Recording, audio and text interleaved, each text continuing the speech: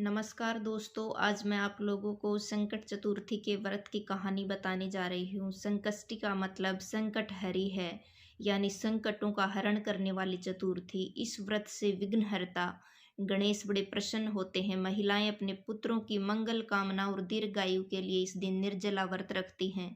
भगवान गणेश की प्रथम पूज्य देवता के रूप में आराधना की जाती है। किसी भी शुभ कार्य की शुरुआत से पहले भगवान गणपति की आराधना की जाती है। संकष्टी व्रत में भी भगवान गणेश की पूजा के साथ उपवास रखा जाता है और कथा सुनाई जाती है। इस दिन भगवान गणेश अपने जीवन के सबसे बड़े संकट से निकल कर आए थे, इसलिए इसे सकट चौथ कहा जाता है। एक बार माँ पार्वती स्नान के लिए गई तो उन्होंने दरबार पर गणेश को खड़ा कर दिया और किसी को अंदर नहीं आने देने के लिए कहा। यहाँ तक कि भगवान गणेश ने अपने पिता शिव को भी अंदर आने से रोक दिया।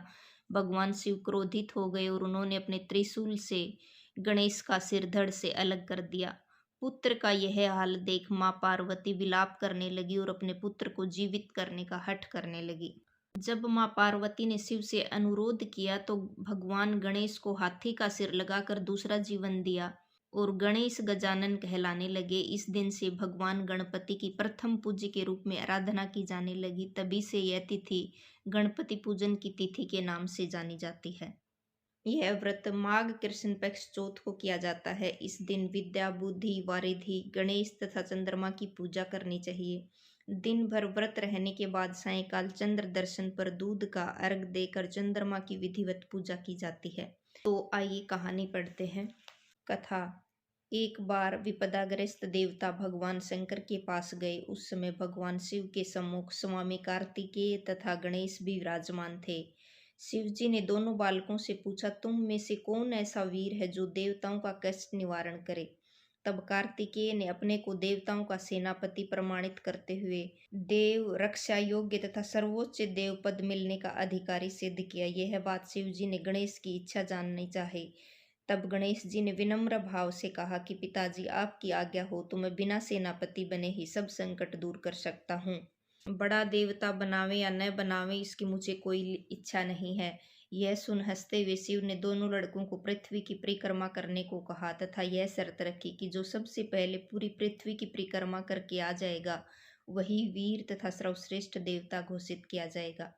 यह सुनते ही कार्तिकेय बड़े गर्व से अपने वाहन मोर पर चढ़कर पृथ्वी की परिक्रमा करने चले गए। गणेश जी ने समझा चूहे के बल पर पूरी पृथ्वी का चक्कर लगाना अत्यंत कठिन है, इसलिए उन्होंने एक युक्ति सोची।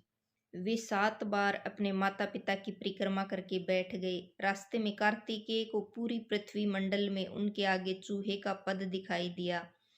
परिक्रमा करके लौटने पर निर्णय की बारी आई। कार्तिकेय जी गणेश जी पर कीचड़ उछालने लगे तथा अपने को पूरे भूमंडल का एकमात्र पर्यटक बताया। इस गणेश ने शिव जी से कहा कि माता पिता में ही समस्त तीर्थ निहित हैं, इसलिए मैंने आपकी 7 बार परिक्रमाएं की हैं।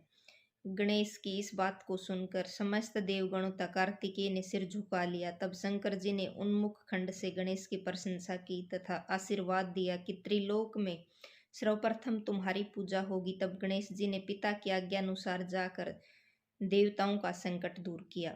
यह शुभ समाचार भगवान शंकर ने बताया कि चौथ के दिन चंद्रमा तुम्हारे मस्तक का सेहरा बनकर पूरे विश्व को शीतलता प्रदान करेगा। जो स्त्री पुरुष इस तिथि पर तुम्हारा पूजन तथा चंद्र अर्घ दान देगा उसका त्रिविध ताप दूर होगा और ऐश्वर्य पुत्र सौभाग्य को प्राप्त करेगा। यह सुनकर देवगण हर्षतिरेक में प्रणाम कर अंतर्धान हो गए।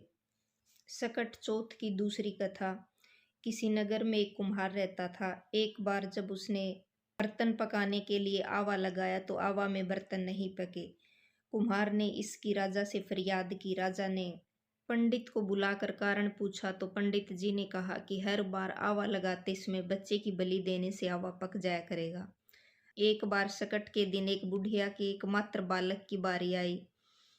बुढ़िया ने लड़के को सकट की सुपारी तथा दूब का बीड़ा देकर कहा, भगवान का नाम लेकर आवा में बैठ जाना, सकट माता तुम्हारी रक्षा करेगी।